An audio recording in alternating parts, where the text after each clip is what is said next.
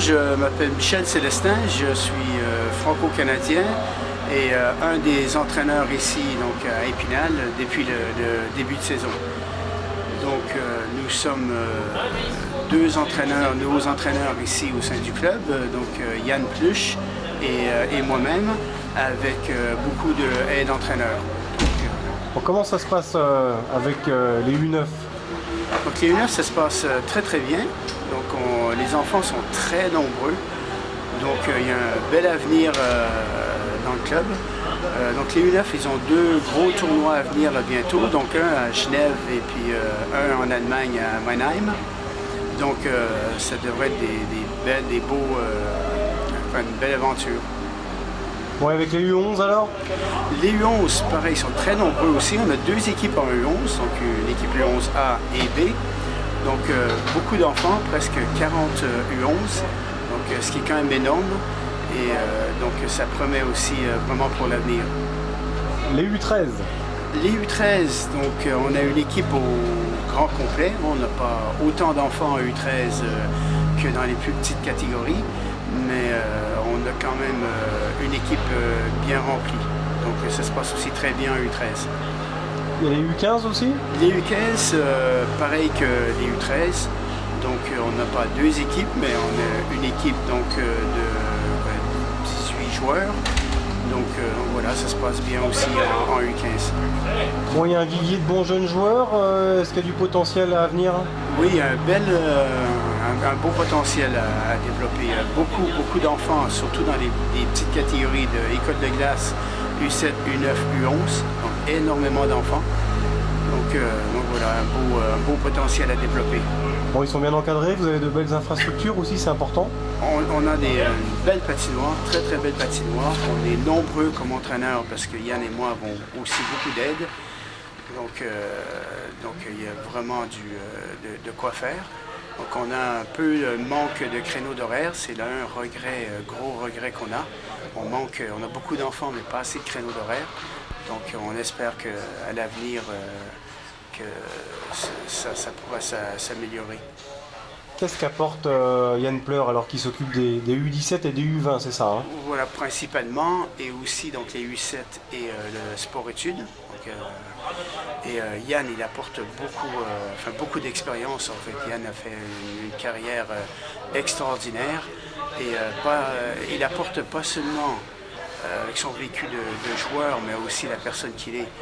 Il est quelqu'un de très consciencieux, très motivé par son travail, et puis il apporte beaucoup cette sérénité, ce calme. Donc il est vraiment un très bon exemple à suivre aussi pour les enfants. Et puis donc, tous les enfants et puis les parents aussi le connaissent parce qu'il joue encore l'année dernière, donc il a fait tellement une belle carrière qu'il apporte beaucoup grâce à ça aussi, à sa notoriété. Qu'est-ce qu'on peut améliorer alors, mis à part ces horaires d'entraînement là, que vous voudriez un petit peu plus souples?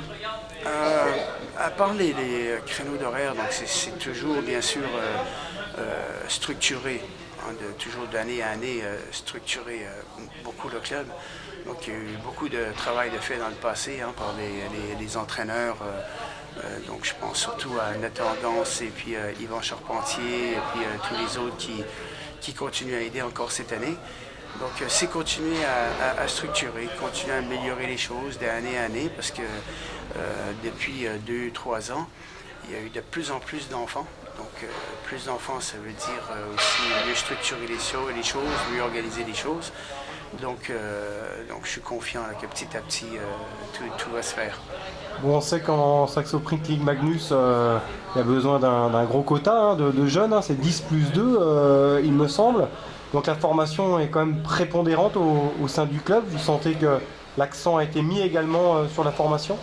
Oui, donc la preuve que Yann et moi sommes embauchés depuis ce début de saison, donc c'est la preuve que le club a envie de continuer à évoluer, mais pas seulement au niveau de la Magnus, mais aussi au niveau du hockey mineur. Donc le fait qu'ils ont embauché Yann et moi cette année, et qui nous ont entourés avec beaucoup d'aide d'entraîneurs, c'est la preuve qu'il y a cette volonté de développer le mineur et puis de faire une bonne formation. Est-ce qu'il y a des futurs joueurs intéressants pour la Magnus, là, parmi les U20 par exemple, en vue des prochaines saisons? Est-ce que vous avez des noms qui vous viennent en tête? Ben, dans les U20, U17, oui, il y a un noyau de joueurs là, qui ont un gros potentiel. U15 aussi, et U13 aussi.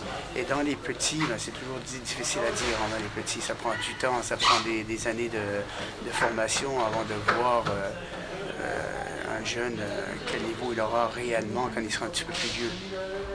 Il y a le fils à Stéphane Barin notamment qui évolue en U20. Voilà, oui. Donc Mathis, le fils de Stéphane, oui, qui a un beau potentiel aussi. Il n'y a pas un frère Charpentier aussi, le troisième? Il y a, oui, qui est gardien de but aussi, qui a un beau potentiel aussi parce qu'il a une très bonne attitude, vraiment un bon comportement et une très bonne éthique de travail. Il travaille très très fort, donc il fait tout pour vraiment mettre les chances de son côté pour y arriver.